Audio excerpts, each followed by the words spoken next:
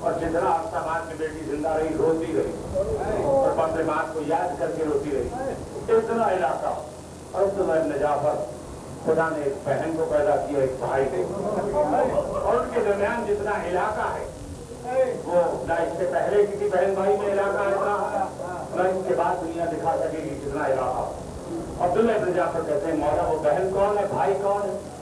عبداللہ وہ بھائی ہے حسین اور بہن ہے زینب. بھائی ہے حسین اور بہن ہے زینب. عبداللہ ان کے درمیان اتنا علاقہ ہے, اس شرط پر میں اپنے فرزندی میں تجھے لینا قبول کروں گا. عبداللہ اگر میری بیٹی کہ میرا بیٹا حسین اگر سفر کے لیے جائے اور میری بیٹی زینب کی اجازت مانگنے آئے تو اجازت دے دینا, اس شرط پر میں دامادی میں قبول کرنے کو تیار ہوں. یہ شرط ہے. عبداللہ ابن جعفر نے کہا آقا جیسے آپ فرماتے مجھے تسلیم. عرب کے دستور کے مطابق شادی محلی رسم وہاں کی کہ شادی جب ہو جائے لڑکی تو 3 دن تک لڑکی والے لڑکی کے گھر نہیں جاتے. تیسرے دن لڑکی کی ماں جاتی ہے اور ماں جا کے سب سے پہلے حال حوال پوچھ کے پھر آ کے واپس دوسرے گھر والے جاتے ہیں. جب جناب زین سلام اللہ علیہ تو 3 دن ہو گئے اپنے گھر گئے ہوئے. تیسرے دن مولا کائنات پہل میں نکلے, جناب فضا کو بلا کے کیا کہتے ہیں, فضا تمہیں معلوم ہے کہ میری بیٹی زینب کی ماں نہیں؟ آگا معلوم ہے لیکن یہ بات کیوں کہہ رہے ہیں آپ؟ کیا فضا 3 دن ہو گئے میں نے بیٹی کو نہیں دیکھا, 3 دن ہو گئے میرے بیٹوں نے بھی اپنی بہن کو نہیں دیکھا, اور عرب کا دستور ماں جاتی اور تمہیں علم ہے کہ جناب زینب کی ماں نہیں.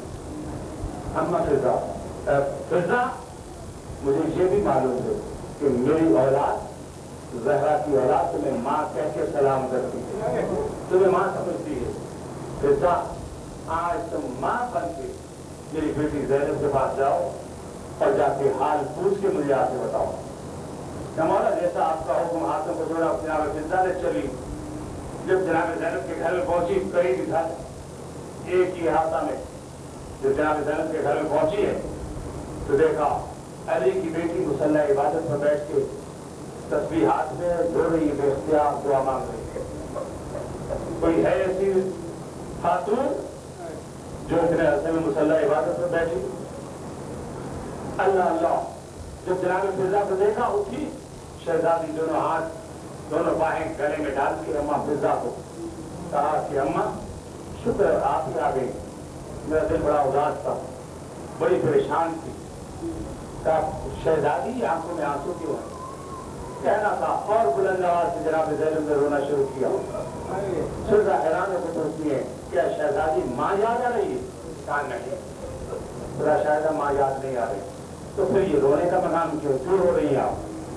کہا اما فضا ماں مجھے یاد نہیں آ رہی, آج 3 دن ہو گئے میں نے حسین کو نہیں دیکھا, آج 3 دن گزر گئے میں نے حسین کی زیارت نہیں کی. اما فضا حسین کے لیے میری طبیعت بہت بے چین, اور شہزادی اگر حسین کو یاد ہے تمہارے دل میں تو میں ابھی جاتی ہوں, آقا حسین کو خبر کر کے لاتی. جناب فضا وہی سے واپس پلٹی. گھر میں جب پہنچی تو عجیب منظر دیکھا کہ حسین بھی رو رہے, علی علیہ السلام بھی دیوار پر سر لگا کے رو رہے, جناب کہ محسن مصطفیٰ بھی رو رہے. پورا گھر جو ہے وہ عجیب سما ہے, سب گریا کر رہے. جناب فضا حیران ہو کے کہتی یا علی جب میں گھر سے چلی تھی تو کوئی نہیں رو رہا تھا, اب یہ سب گریا کیوں کر رہے ہیں, بات کیا ہے؟ فضا جب تو چلی گئی حسین اجڑے سے نیند سے بیدار ہو کر باہر نکلا, آنکھوں میں آنسو تھے. میں نے پیار کیا, حسین بیٹا بات کیا ہے, تیری آنکھوں میں آنسو کیوں ہے؟ کہا بابا اماں خواب میں آئی, اماں آئی تھی ابھی پیار کر رہی تھی مجھے, میرا سر گول میں رکھ کر مجھے پیار کر رہی. پیار کرتے کرتے بابا اماں نے مجھے ایک وصیت کی ہے, بابا اماں نے مجھے ایک بات کہی ہے, اگر آپ اجازت دیں تو بات کرو. اماں فضا میرے حسین نے یہ کہا تو میں نے کہا بیٹا پڑھو, ماں نے کیا تمہیں کہا؟ کہ بابا ماں مجھے پیار کر رہی تھی, پیار کرتے کرتے ماں نے آہستہ سے کہا بیٹا حسین اپنی بہن زینب کو اور نہ تڑپاؤ, بیٹا حسین